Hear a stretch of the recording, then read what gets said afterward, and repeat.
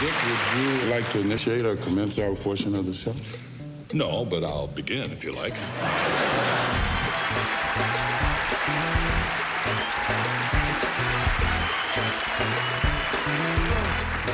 The seated up here are probably the greatest collection of hitters in baseball history.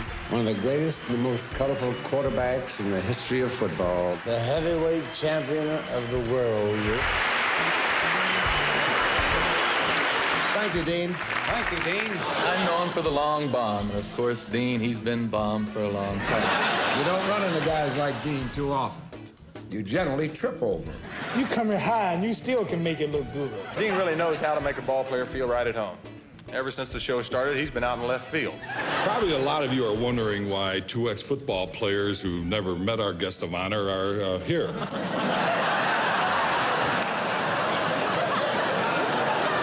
Why are we here? Sports figures were on because, just like politicians, they wanted to be in the company of the greatest actors and comedians of all time. They were easy targets. But again, those people wanted to be seen, wanted to be part of that. The only difference between us, I'm 100% Italian and you're 80 proof. Dean was a big sports fan. He really enjoyed the shows that were with the sports figures he really looked up to and admired, and, you know, the great ones, the good ones. We like to roast sports figures because the public loved every one of them, and we knew we'd get good ratings. They've all told you in rhyme how he wins every time. He's the greatest to ever take the cup. Well, if he can float like a butterfly and sting like a bee, why can't he imitate a clam and shut up? I thought they did very well, actually, you know, because sometimes, you know, certainly sports figures are not too thrilled about being put down in any way, shape, or form. But they were set for it, you know. They were always ready to laugh. Mr. Burrow, God, you've got so much talent for making people laugh. Well, why don't you ever use it? Show had terrific ratings. Everybody was friendly. It was like a big party, actually. I can't tell you how thrilled I am to be here tonight. The only thing I would give this up for is a fundraising dinner for the Ku Klux Klan. I think roasts are unnatural for jocks just because that's how they speak to each other in the locker room. It really is locker room talk, and that's how they rib each other on the field. I only had two other offers this week. One to speak at a Republican rally, and the other to appear in a movie. They're doing a retake of The Naked and the Dead, and they want me to play both parts. Greg Garrison, who was our producer on the show, he came up with most of the main guests that we'd get to roast. He had asked Dean, you know, what do you think of this, like if Tim Tebow was around in the days we were roasting people? I'm sure that's somebody that, you know, they would both say, hey, let's get him. He would be great. You know, Dean's the only person I know that walks up to a bar and points to his mouth and says, fill her out. One of the great quarterbacks, a great guy, a close friend. I can't tell you how proud and honor I feel every time I tear one of his ligaments. One of the greatest quarterbacks of all time who said to the Jets, hurry it up, I gotta meet this chick in about an hour. We roasted Joe Namath twice, mostly because he was a big star quarterback in the NFL, and he was loved by the public. What a guy. Last season, he suffered a broken arm, broken leg, broken collarbone, broken rib. Look what we're honoring, a broken-down football player. Joe Namath, by the time he got on the Dean Martin roasts, he had already enjoyed the highest points of his career. And he was, at one point, a bigger star than a lot of the people that were going to be on the panel. It was so rough last season, I may need another operation. They want to remove some cartilage from my left knee and Mean Joe Green's helmet from my chest. Joe Namath was a great guest because, you know, the commercials he had done, which made for great fodder for comedy. This is really amazing. He sells shaving lotion and he drinks it in there. He had to have a good sense of humor. He probably had a very delicate spot about not being a good actor. And he thought maybe people didn't want to see him acting. He was this great quarterback. Still in all, he was signed to a movie contract, and He was an overnight success, which is just about how long his movie career lasted. He made a picture with Anne Margaret. It was a picture with a message. The message was he should stick to football. And he comes in his fur coat, and you know, he's the guy that embraced being that guy. And Joe has always been known as a very sharp dresser. Matter of fact, just the other day, he picked up 3 paternity suits. Joe Namath, of course, was noted and embraced being a playboy. And Angie Dickinson would be there flirting with Joe Namath. I'm here because I have realized the American dream of many, many women. I dated Joe Namath once. I actually did. We had 1 date. Actually, it was 2 dates. My first and my last. I was more a baseball fan than I was a football fan. However, Joe Namath was so appealing. He was very, very popular and, you know, so good looking. And that sweet charisma that he had was wonderful. I just found out that one of the major studios wants to make my life story as a movie. Really, the perfect one to play my part, or my life, is Dean Martin. I mean, why not? For years, I've been playing his. Dean would be perfect playing me. He even has my characteristics. We're both broad-shouldered and broad-minded. Yeah, he was hot. Only last week in New York, he saved a girl from being attacked. He controlled himself. You know, it's really something, Joe. I almost didn't recognize you with your clothes on. From what I've heard from women around town, Joe makes love like he played for the Rams. 2 minutes of action and he's out of the game. He was perfect for that show because you could make all the sex jokes and get away with them because he wasn't the dangerous, sexy man. He was the Brad Pitt, you know, the handsome, beautiful, smart, sweet guy. Girls come to him. It's not his fault. They fling themselves, prostrated his glands. Even then, his discipline shows. It was Joe Namath who once said, and I quote, "It is better to have loved and lost. Much better. And cheaper."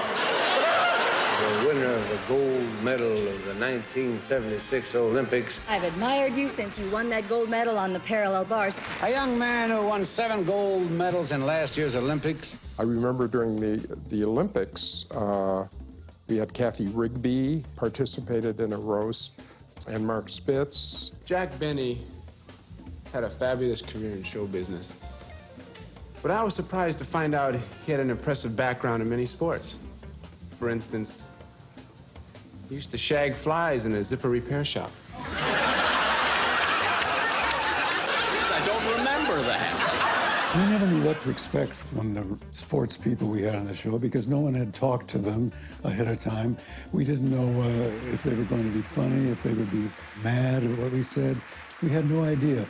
But most of them turned out very nicely. Alex Karras, for example, was a funny guy.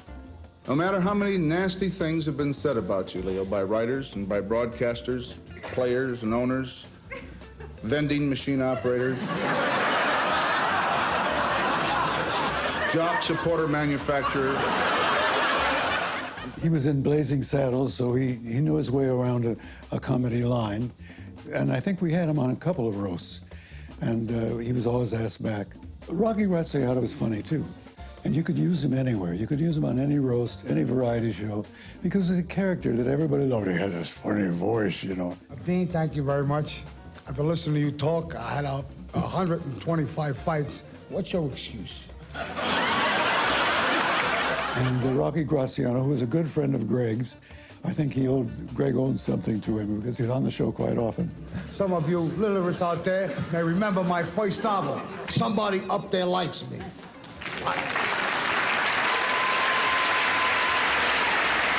My next book is going to be called Nobody Down There Likes Me, as told to Rocky Graziano by Richard Nixon. Bobby Riggs was roasted because he was a big star at the time. Those of us who are legitimate athletes, you know, we... And I think he wanted to be roasted too. He wanted to be on the air to tell people why he lost to Billie Jean King. And so he was allowed to do that, I think. We let him say that on his roast, in his rebuttal. So he was very happy to do that. I'm glad Leo's roaster show tonight. I must say, Leo and I have something in common. We both did equally well at the Astrodome. Mr. Yogi Berra. Mr. Marley Wells. Stan the Man Hughes. Mr. John Banks. Hello, Mr. Finley. Fire somebody, feel at home. Mr. Hank Aaron. The great Willie Mays. Mr. Mickey Mantle. We were on the road down south, and one night Leo decided to take some of the guys out for dinner. When we arrived at the restaurant, we were informed that blacks were not served. But Leo took care of that right away. Leo turned to me, and I'll never forget his words. He said, "Boy, you wait out in the car, and we'll bring your doggy back when we're through." Where do you begin, really, with a guy like Hank Aaron? He is so many things. He's a superb athlete. He's a gentleman on and off the field. He's a dedicated worker for the little guy and a great human being. He's virile. He's stagnant. He's a man of... He is. He's a man of depth and perversion. Look at him. The Hank Aaron roast. I said, Hank started playing baseball as a kid, sandlots. I did the same thing in my neighborhood. We had a garbage can cover was first base, and a rock was second base, and third base was this old wino who used to lay on the ground all the time. You remember? And he would look up at me and say, I do. You kicked me a couple times. You know, whatever. He just, he was brilliant. Dean could ad-lib, Dean could throw lines. Dean was funny. He was really funny. Maury's the #1 base runner in history. Joe was never much at running the bases. Statistics show that he's been thrown out at home 4 times. One season, he was thrown out at home 61 times. 3 times by his wife. Once at the ballpark and 60 times by his wife. It seems natural that if you knew Hank Aaron was a baseball player and he was trying to get runs, then it is so very possible that 3 or 4 comics would have the same joke. Louis Dion, that's a man. Hello, Louis. He's signing autographs for Finley. He don't know he just signed for 3 years with no money. One of the funniest moments, I think, in the show was when Dean was doing the words for the baseball player that couldn't speak English, you know, famous player. I know a little Spanish, so I will interpret and translate. Buenas noches, ¿cómo está usted? Bueno, also a little drunko. The translation was hysterical, just hysterical, because it wasn't anywhere near what the guy said. Have you ever met our guest of honor? Sí, yo conozco. Lo conozco hace muchos años. He says he knows Baldo. They probably met at a toupee swapping party. Tell me, Louis, how did you feel about being invited here to honor Jose? Es un honor para mí estar aquí esta noche. He says it beats the hell out of cutting sugar cane. I was a giant baseball fan, giant. Pittsburgh Pirates, I went to every game. That's where I was raised. And I said, oh, yeah, this is a joy for me. He said, Shirley, where do you see what you have to say? You know. So I said, uh-oh, all my baseball buddies are not going to be too thrilled. Joe, you and I don't know each other very well, but I'm here for a very important reason. I hate baseball. My first line when I came up to speak was, I hate baseball, which I thought was really kind of funny. Even if you don't become a good baseball player when you grow up, it doesn't really matter. After all, look what happened to Joe Garagiola. One of the reasons Joe Garagiola was roasted, I think, is because he had roasted other people in his time, you know, particularly the ball players, you know, that he wanted to get back at. As I look at him now, it's hard to believe that Joe was ever a St. Louis Cardinal. He looks more like a bald eagle. You know, in my last years in baseball, I knew when my reflexes were slowing down, and I quit. That's why I admire you, Joe. You played 9 years like that. But he was a well-known name in baseball in every area, you know. So he was the perfect one. And by the way, his comeback on the show was great, I thought, really great. And I'm so pleased that my baseball friends are here tonight. Luis Tiant, Stan the Man Musial, known as Chico and the Man. When you look at this dais, take a good look at it. You gotta figure they're gonna take the team picture in the losing locker room. He would put players down like crazy, you know. I mean, it was usually with a sense of humor, but nevertheless, most of the time he meant it. And my hero, Mickey Mantle, Mr. America, right? Let me lay some statistics on you. Mickey Mantle struck out over 1,700 times. He walked over 1,700 times. You figure it takes 500 times at bat to make a year. This man played 7 years and never hit the ball. I think a lot of these guys can take the hits on the field and then take the hits in the dais. I mean, it's about being a good sport. Yogi, you my best friend. My best friend. Here's a guy that was 16 years old before he knew the holy water in church was free.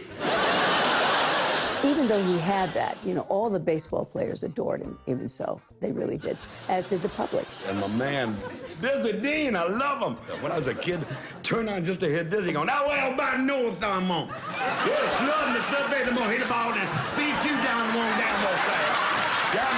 It was better when you had colorful people sitting there that you could do takeoffs on, like Howard Cosell, you know. Our next guest is one of the fastest talkers in the business. He's the outspoken master of the English language, known to most of us as Supermouth. Thank you, Dino. It's such... What the hell right you got to call me Dino? A sudden resort to vocal truculence hardly becomes you, Dino. I never drove a truck in my life. Howard Cosell was the best material, the best guy around. Yeah, Howard Cosell was very tough like this. Hello once again, everyone. Howard Cosell coming to you. Howard Cosell, a man who was slowly becoming a legend in his own mind. The audacity of the iconic class. Yeah, he loved languages. Suddenly it was all over in less than one round. The invisible punch. The referee not able to count. It was Jersey Joe Walcott. He went up to 24, and Nat Fleischer told him the fight was over. The only thing that went down faster than Liston that night was the ratings on my Saturday night variety show. Howard Cosell, a lot of people don't know, had a variety show. People don't know that. They think he's just a sportscaster. Mr. T was raised in a neighborhood which has been described by sociologists as an area of cultural deprivation, characterized by economic instability and a paucity of opportunity for upward mobility. English translation, it was a slum. I think that time is when we first started to see that crossover where people like sports announcers became entertainers. This guy created sportscasting and really made it the personality thing it is today. What is a star? Well, a star is someone who changes her name, changes her hair, changes her nose, changes her bust line, then divorces her husband because he's not the man she married. What are you laughing about, Cosell? Don't open your mouth to me. Cosell, I know this is not your show. I done made you famous enough. This was the era, the 70s of Monday Night Football and Howard Cosell, and here was a sportscaster becoming a celebrity because of the celebrity sports people that he was helping to make. He made Cassius Clay, and then by sticking up for him when he switched to Muhammad Ali, they became intertwined as stars and even appeared on a dais together on the Dean Martin roast. Whenever you see this guy, he's always yelling, the greatest. Sit down. He's a great fighter, a great wit, and a great humanitarian. I say that out of respect, out of esteem, and out of fear.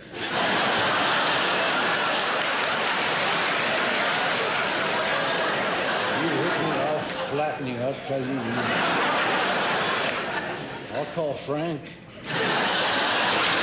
Muhammad Ali was somebody that Dean looked up to, admired. He loved boxing. Mr. Dean Martin, looking at you reassures me that when God created you, he had a sense of humor.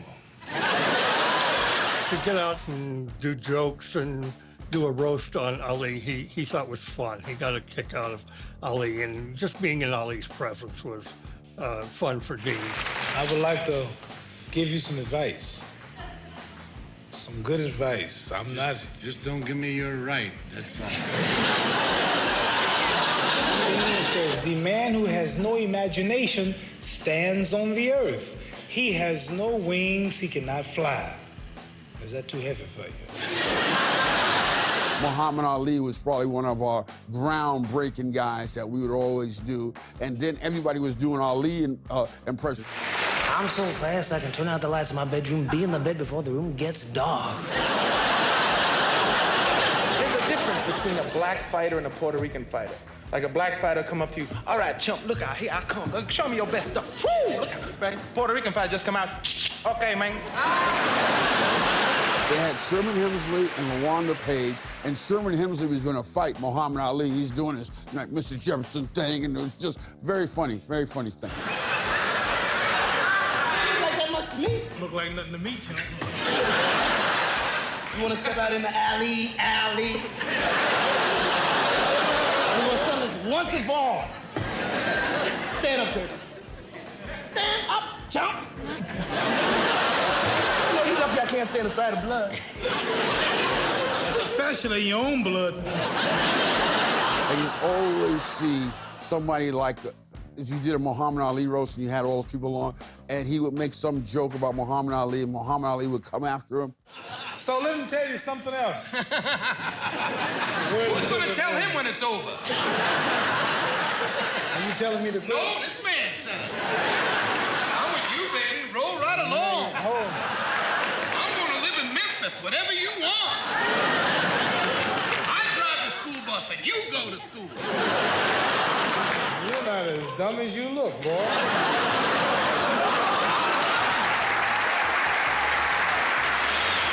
Wilt Chamberlain. An athlete who holds all kinds of scoring records, and some of them in basketball. Wilt Chamberlain was very tall. And when he stood at the podium, everybody had to look up. And Dean particularly made good use of that. He said, you know, are you that tall, really? You better... Let us have a moment of silence for the stagehand who said to Wilt before the show, "You got business here, boy?" Wilt Chamberlain was a little hesitant. He was afraid that he was going to do something wrong, that he was going to say the wrong things, that he wouldn't say the lines right. He was a little uncomfortable, but I thought it came out very nicely. They don't have me up here because they wanted someone that was tall, dark, and handsome. Every sports star we had on the show depended on our writers. Sammy told me how much he envied me, but I envied you, Sammy. I was out there on the court really playing hard with Havlicek giving me a knee here and Bill Russell giving me an elbow there.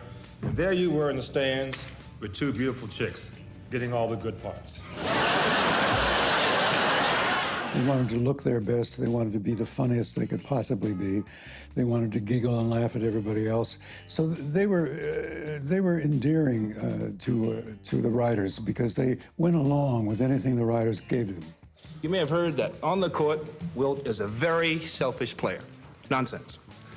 He's the most generous basketball player I know. I never saw anyone give away as many championship games as Wilt. I don't know if the sports guys were classier back then, but they probably considered it really fortunate to be sharing space with a James Stewart or a Dean Martin, rather than it being one more inconvenience. Happy Hairston, the only teammate they could dig up to show up for him. And Happy had an offer from the other league, too, from the Bakersfield Bumblebees. He was offered $30 a game and a box lunch.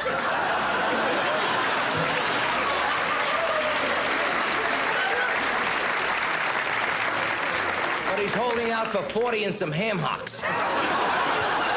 Each show has in it a guest that you just wouldn't expect to see or would have completely forgotten about.